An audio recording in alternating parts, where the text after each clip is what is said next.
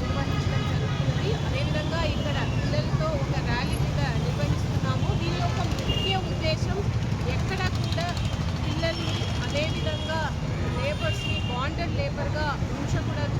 దానికి ప్రజల మధ్యలో అధికారుల మధ్యలో ఒక అవగాహన కల్పించాలి అనే ఉద్దేశంతో ఏర్పాటు చేయడం జరిగింది. దీంట్లో భాగంగా ఇంకా డిఫరెంట్ ఇండస్ట్రీస్లో ఎక్కడైనా బాండెడ్ లేబర్ ఉన్నారంటే వారిని అక్కడికి వెళ్ళి ఇన్స్పెక్ట్ చేసి వారిని రెస్క్యూ చేయడం కూడా జరుగుతుంది. అదేవిధంగా రెస్క్యూ చేసిన వారికి రీహాబిలిటేషన్ కోసం ప్రత్యేకంగా